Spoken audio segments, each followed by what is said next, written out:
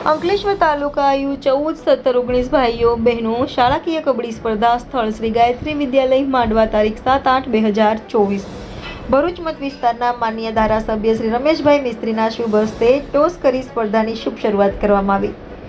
રમતગમત આપણા જીવનમાં નિર્ણાયક ભૂમિકા ભજવે છે, જે આપણા શારીરિક, માનસિક અને સામાજિક સુખાકારીમાં ફાળો આપતા અનેક લાભો પ્રદાન કરે છે।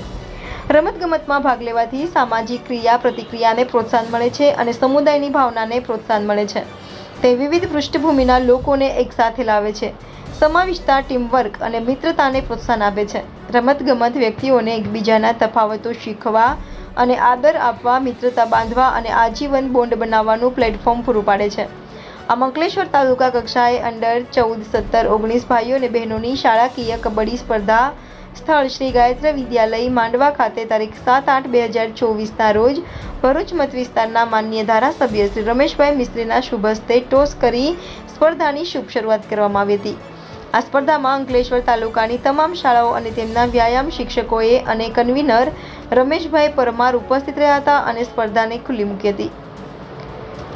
Bureau chief Mitul contractor, India 24 news, Bharuch.